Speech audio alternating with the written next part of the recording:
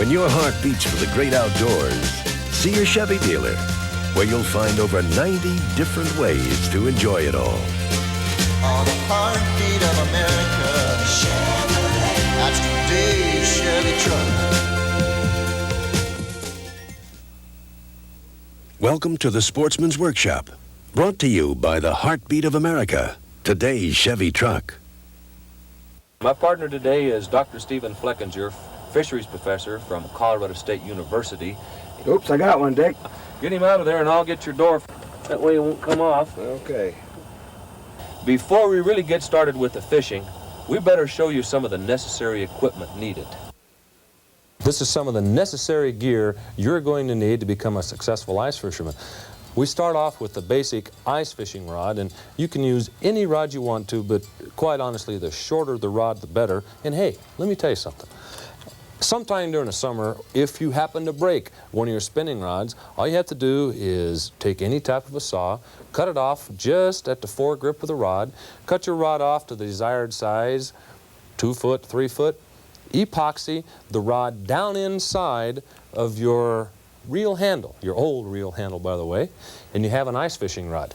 But the thing you have to remember, and I believe is very important, is the sensor tip. If you'll note here, this sensor tip is all important, and let me explain exactly why. Everybody understands that the metabolism of the fish has changed dramatically. They're in cold water, they're moving very, very slowly, and they hit very lightly. The lightest touch, I can just barely touch this jig, and you can see the sensor tip move. And as a matter of fact, if you'll concentrate, you can see it continue to bob up and down. That's critical because you can sense the very, very lightest touches, which is what 90% of your fish are going to do, 90% of the time, the very, very light touch. Keep your rods short, they're easy to manage, and just like you're going to see on the ice when we get back out there, that it's a lot more comfortable to fish with a short rod. Once again, doesn't matter how long it is, just personal preference. Then you get into some of the lures.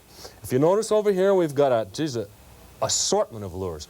We've got, starting over here, the grubs, is which we've caught the fish on, and probably going to catch a tremendous amount of our fish. Just a simple plastic grub hooked on a 1/32 ounce lead head. 1/32 ounce. Then you have the shortened grub itself. This should be fished with either corn worms or mealworms. Now into the hair jigs of various sizes, all the way up through and including the 1 ounce right down here below. Now the 1 ounce here, what we're talking about basically is Mackinaw fishing. Deep water, 50, 60 feet. Move on over, then we begin to come into our spoons. Now spoons can be used for rainbow trout, for walleye, for Mackinaw, for any other type of fish you want to use. Matter of fact, probably a walleye will take a spoon quicker this time of year through the ice than it will a loaded jig. When I say loaded, I mean tipped with either a worm or a pickled minnow or some other device to make a scent trail.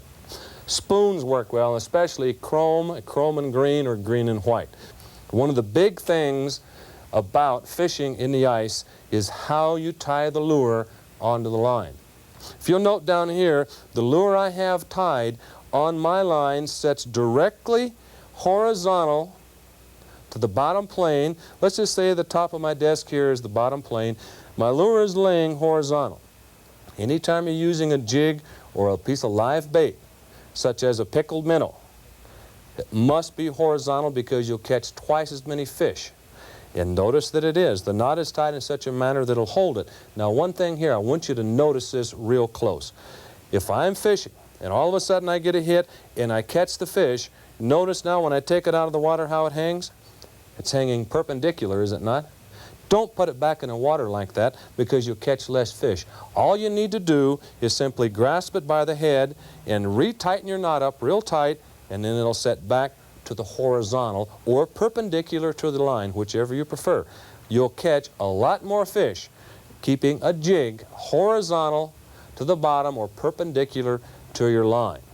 And if you really want to get into tipping, now when I say tipping, I mean using some type of a live bait or bait as an addition onto a lure. You have fireballs, They work extremely well. They come packaged in any color in the world. I prefer the fluorescent reds because I think they work best on trout. Now sometimes the white eggs will work better on perch. Then you get into pickled minnows. And again, using a pickled minnow here on the jig, it must sit horizontal, just like the thing is swimming in the water. That's the big key. And one other thing on ice fishing, the use of scent. Trilene and Berkeley Strike is probably some of the best scent additive you can use when you're using just straight spoons or straight jigs. That time of year, when the fish are cold, they'll follow a scent trail real well. An important consideration you have to remember in all types of fishing is a monofilament fishing line that you're using. In our case, and in my case, I love Trilene XL Extra Limp because in cold weather, monofilament fishing line is very tough to manage at best. So get you some XL, and I know you're going to catch fish because it's going to help you because it's going to be limp in the water. Now, limpness is very important, and another important thing is when you first get to the lake and begin to fish, don't just simply spool your line out off of your reel because monofilament fishing line takes a set. It looks like a coil. Pull it off against the drag in this manner, and it stretches the line a little bit, and it takes the memory out of your fishing line.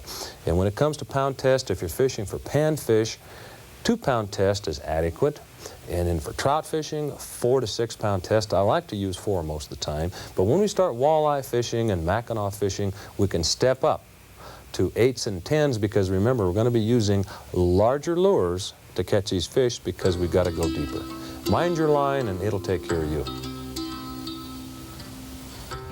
Obviously, when you get to your lake or your river, or whatever you're going to ice fish on, you've got to make a hole.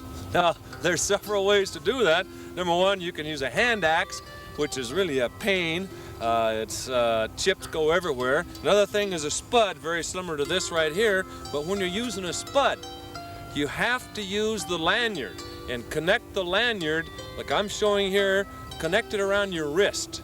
Because when you make that final stroke, and that spud goes through the ice and into the water, if you don't have a good hold on it or have a lanyard attached to it, the spud's history. Another way to do it is with a spoon drill. Now, if you'll notice, the end of this looks like a spoon. And it's really a difficult way to do it, but it will get through the ice for you. You simply sit it down there, point down, and then brace it with your right hand and push with your right hand and turn with your left hand if you're left-handed. It'll go right on down through the ice for you. You just simply keep going until you get through the ice. Now, the easiest way, and obviously the way I like to do it, is the power auger. Notice now he put very little pressure on that as it went through the ice, and he slowed up dramatically when he felt the bits bite into the edge of the ice, indicating he was about to go through. Last but not least is a spoon. Now this spoon is used to clear the ice away from the edge of the ice hole and get prepared to fish. I love to look down the hole and I can see my fish.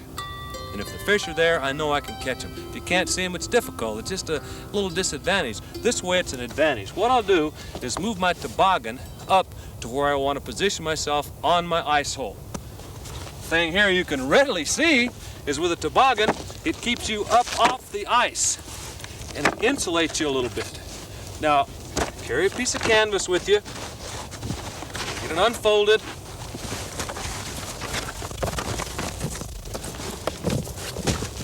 and get it over your head, such as I'm showing right here.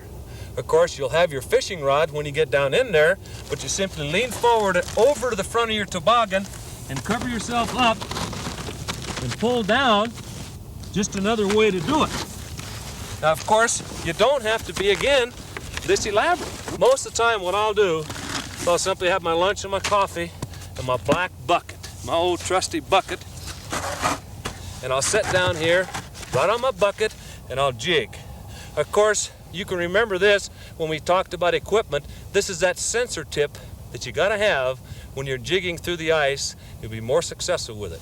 The sensor tip, very sensitive, but that's just a way to do it right there. Now, you don't have to sit here all the time. What you can do is set your rod and reel up in your bucket where your sensor tip is right over your hole, And you can set here or move around a little bit and make your sensor tip do the work for you, such as this, your jigging motion.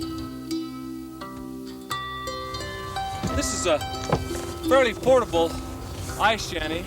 What Steve has done here, I'm sure you can notice that the carriage was made out of a couple of pairs of old skis. The ice house itself is basically 3/8" plywood. We have horizontal supports to keep it open this way, and it unfolds, nice and portable, fits well in the back of a pickup truck. Basically all you need for ice fishing, extremely cold weather. We also have a small portable propane heater inside this unit. You can see the propane bottles here, a 25-pound bottle, and it keeps it quite cozy.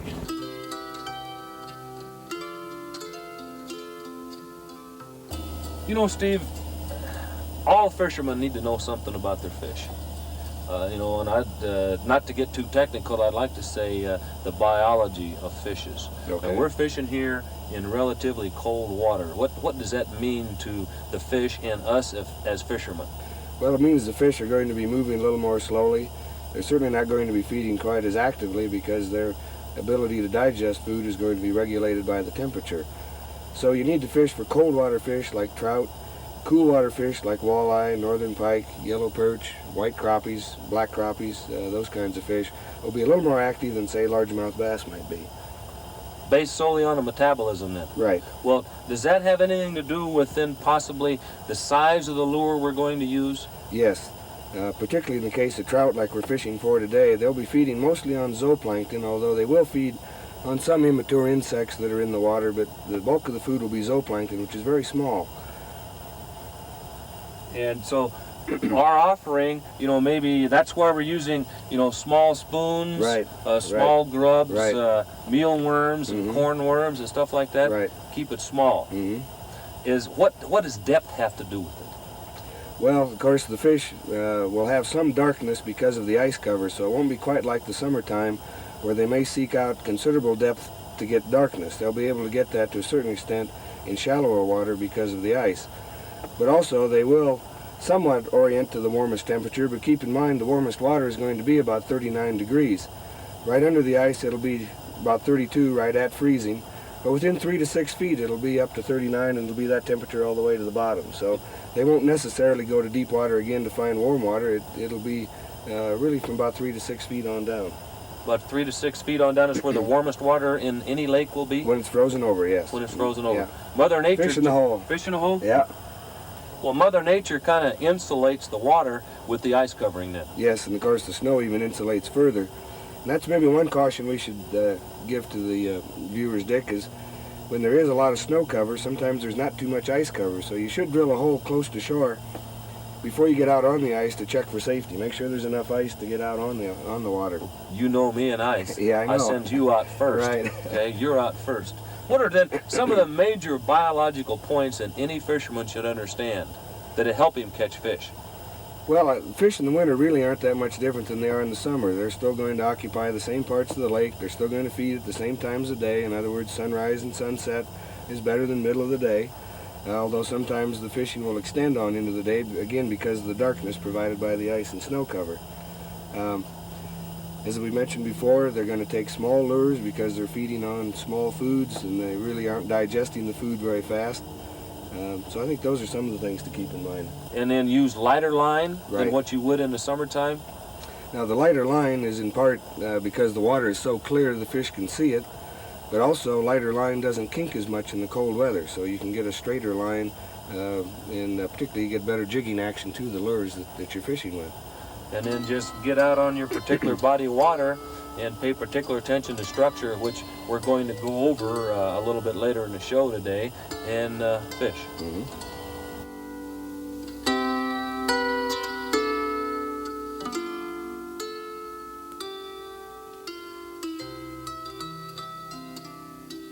Well, you know, I'll tell you what, that's another good trout. That was almost on the bottom. About 8-9 feet Yeah, down? just about down at the bottom. I'll ask you a question. Doc, I've got to ask you this question. Suppose that you're going to a lake. We don't have any electronic aids, no sonars or anything like that to read bottom depth.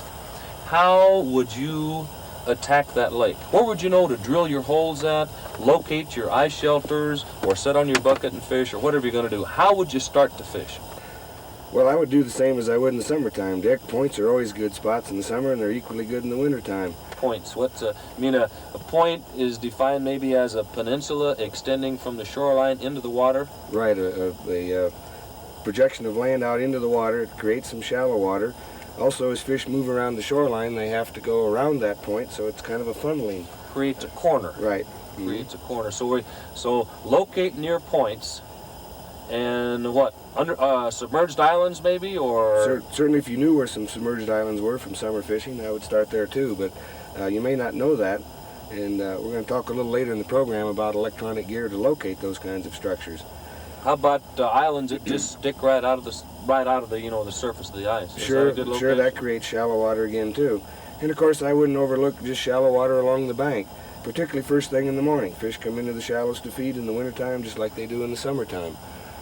So, all right, assuming I'm going to come to this body of water we're on right now and I knew nothing of it, nothing whatsoever, okay? What I would do would be maybe to drill a couple of holes shallow and maybe 4 or 5 other holes out in deeper water, and then go ahead and start fishing in the shallow water off of a point. Right. And if I have no luck there, how long should I fish it in one particular hole before I move to another hole? I wouldn't stay more than 15 or 20 minutes. I think that's plenty of time to know if the fish are going to be there. 15 or 20 minutes in each hole, and each hole is in deeper water, and you should make contact with your fish. Right. Prior to owning the Chevrolet, I had a Ford. Well, I switched to the Chevy because I like the look better than the Ford. I found out that they had completely redid the truck. You need a 4-wheel drive truck. You don't want to have to get out and lock your wheels in. If you want to go into 4-wheel drive, you can just shift into it. This Chevrolet truck is the best vehicle I have ever owned. Heartbeat of America, that's today's Chevy truck. If you don't believe it, just go out and try it yourself. You know, we just finished talking about structures that you locate by visual sighting, points, islands, underwater islands. What we're going to locate now by the use of a sonar, which is an electronic device that fishermen have in boats. But hey, you can take it out of your boat and use it here on the ice. Now what you have to do is you have to scoop out a small indentation in the ice so your transducer will be able to shine down through the ice. Now our problem here today on this ice, we have a lot of slush and a lot of air bubbles. So when I knock a hole in there, I'm going to have to go down about 3 inches to make sure I'm on clear ice. So we'll knock a hole in here right quick, down about 3 inches with our spud, to show you how you find drop-offs with the sonar.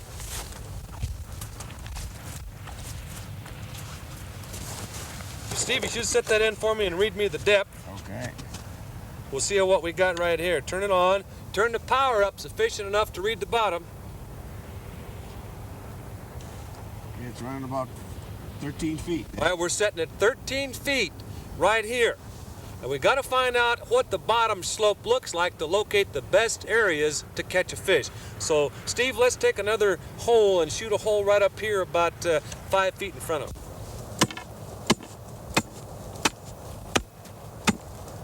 Give me a depth reading there, will you, Steve?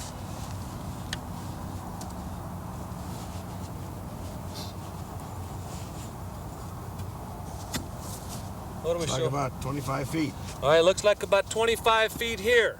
So if you'll consider the hole back here was 15 feet, we're setting in 25 feet of water.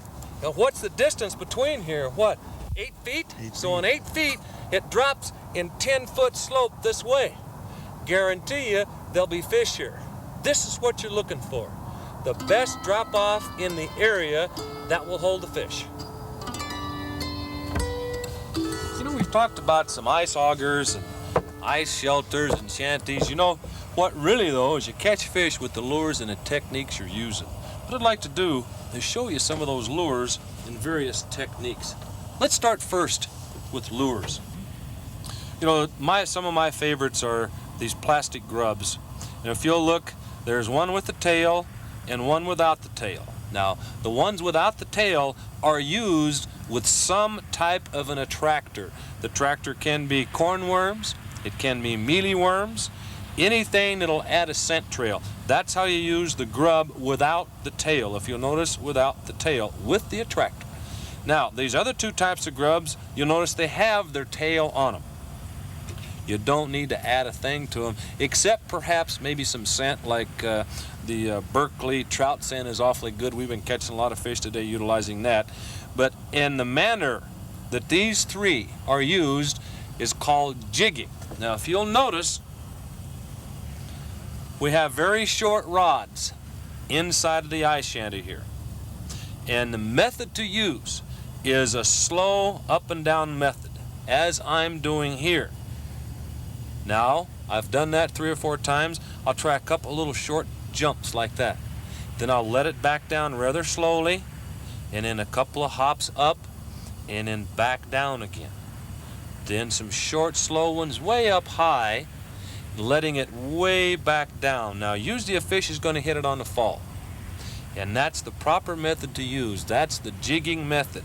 Up and down, changing motions, whether it be with a spoon or a grub. Now let's show you some spoons. These two spoons that I'm showing here will have a wide fluttery action, and you use the same method though, the jigging method, short strokes up and down. This is a Castmaster, and a Castmaster does not flutter as wide as the spoon. You can see why. The spoon here is designed and cupped like a spoon. The Castmaster is rather like a pencil, straight up and straight down. Real tight action to hold a pattern. These are excellent lures to use, and some of the most popular colors are silvers, silver and oranges, silver and reds, or pearls. Good popular colors. Now, let's get into hair jigs. A jig, a hair jig especially, is nothing more than a piece of lead, a hook with feathers, usually marabou, tied on behind it. And this is another excellent lure used with an attractor. Remember, the attractors are the cornworm or the mealworm if we're fishing for crappie, bluegill, and trout. Now, let's assume we're going to use jigs such as this, except quite larger. You can notice these are 1/64th of an ounce. You can catch a tremendous amount of trout on them. But supposing that we're not looking for trout, we're looking for Mackinaw. You would have to go up to probably a 1/2 ounce hair jig. White ones, we got a fish. My partner over here has got another rainbow trout. Probably caught it on a jig. But you would have to go up to at least 1/2 ounce hair jig. Might as well quit talking. He's catching fish over here. Another nice rainbow trout. Notice what he caught it on though. White grub with the tail. Awfully good color for rainbow trout. Probably one of the best ones we've found out here in the Rocky Mountain country. But enough of that noise. Tell you what, let's get back to these jigs. Assuming we're going to be fishing for Mackinaw, let's step up the size of our jig to about 1/2 ounce and then put a scent trailer on it behind it consisting of about a 3-inch piece of sucker meat. Mackinaw love a scent trail, as do one other fish, walleye. Walleye love a scent trail. What I love to use for walleye is maybe a white jig such as this, about 1/4 of an ounce, and tip it with a minnow. You can get a pickled minnow or you can get live minnows and hook them right up through the lower lip and out the top and drop that down there and use the same jigging motion. But remember, if you don't put the lures in the right place, that means the right depth, you're not going to be catching fish. Okay, you know, Doc, we talked about, using grubs and jigs and spoons, but we didn't say too much about using live bait. I like to use live bait on slow days. There's times when the flash and flare of a spoon will attract the fish in, but you'll find they won't hit the spoon. They'll swirl at it, hang around for a while, and then leave. On those days, I like to go to live bait. But what do you figure? The live bait is maybe more natural for them? Maybe it's an attractor, the smell of it? Certainly. The smell of it? Certainly has the smell, I think, is what gets them in. Well, I see here we've got, there's some cornworms here. The small white ones here, right here, are cornworms. The larger one we have here, the brown one, is a mealworm. And there's wax worms and 2 or 3 other different types of things. You can also use the old standby salmon eggs. Again, we talked about keeping our lures and our bait small. Yeah. And so you only use one egg, which may mean you have to use a size number 12 bait hook when you're using eggs. Yeah, right. You know, to keep it small enough so they'll take it for you. Yeah. And do you use the same motion with the live bait as you do? I notice here, you know, with me, I'm still have a spoon on, and of course you can see my jigging action over here is quite wide and up and down. And you have on live bait now? I have on live bait, and I don't usually move it in a jigging manner like that, but sometimes I'll raise my rod tip up like this and just let it settle down. And there's something about that sinking bait that seems to attract the fish in. The fall. Yeah, the fall of that bait. But most of the time I just let it hang there motionless. Just hang there motionless. And that produces your live bait hits. Right. But I still usually look through the hole so that I can see my bait. You'll be amazed how many times the fish will grab the bait and you'll never feel the strike. That they bite so lightly. So lightly that you really need to look down there and still see the fish. So that would preclude, you know, we talked about putting a canvas over our head, you know, on the toboggan, fishing in a hole. That would help us out that way to actually see the fish. Certainly would. And of course also by seeing the fish, you know if you're at least in the area that has fish. There may be times when you're fishing and not catching anything, and the matter of fact is there aren't any fish there. So again, it helps to see down the hole.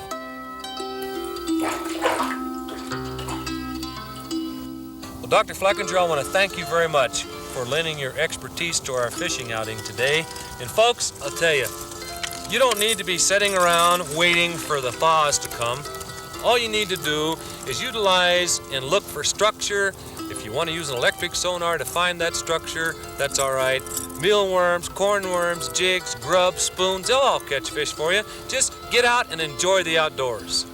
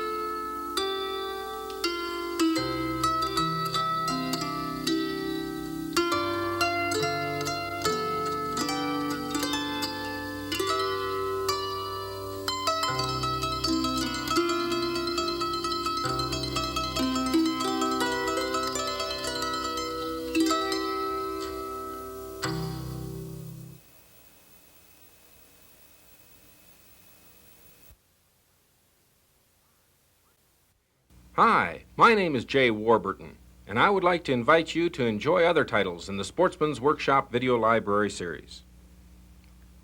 Babe Winkleman covers it all in how to catch walleyes, crankbaits, spinners, jigs, soft plastic lures, and live bait techniques. This video will assure you more consistent success in your fishing for walleye. The country's foremost big game guide, Dick Ray, takes professional outdoorsman Roger Moore on the hunt of a lifetime. These tips presented in How to Hunt the Majestic Elk will let you join the 20% of the hunters who take 80% of the trophies. In Decoys and Duck Calls, best-selling author Bob Brister will show you the secrets of using decoys and duck calls, adapting to weather and temperature conditions, proper gun selection, shell and shot size selection, and dozens of other secrets for duck hunting success. In How to Hunt Black Bears, you will join Roger Moore and Dick Ray as they seek out their trophy in the golden-covered slopes of the New Mexico Rockies during early fall. Using horses and hounds, you will learn Dick Ray's secrets for success as they bag a big boar. In Kids Plus Fishing Equals Fun, your family will learn all the basics as pros Roger Moore and Gary Klein take over 25 youngsters through the basics of casting, tying knots, rigging and baiting the hook and line, selecting and use of lures, and much, much more. Under the narrative expertise of Kurt Gowdy, you will enjoy the finest wildlife photography ever put on film. How to Hunt North American Big Game takes you into the homelands of grizzly bears, Alaskan moose, mountain lions, Dall sheep, mule deer, white-tailed deer, elk, and many other big game animals. In How to Hunt Wild Turkeys, author and wildlife biologist J. Wayne Fears will introduce you to secrets to guarantee your hunting success. He'll show you the best turkey calls and how and when to use them, how to hunt in different kinds of turkey habitat, shotgun choice, and other necessary equipment you'll need. In Secrets for Catching Walleye, Babe Winkleman takes you even further into his secret world for consistently catching walleyes, covering new ways to rig live baits, work spinners, crankbaits, and soft plastic lures. In Introduction to Muzzleloading, Dick Gasaway takes you through the basics of black powder, including the fundamentals of loading and shooting black powder guns and the necessary equipment and accessories to get you started in this exciting sport. It's true, 10% of the bass fishermen catch 90% of the bass. In How to Catch Bass, professional bass fisherman Roger Moore takes you through an extensive crash course in fishing for lunker bass. Learn the secrets of John Wooters, a leading authority on whitetail deer.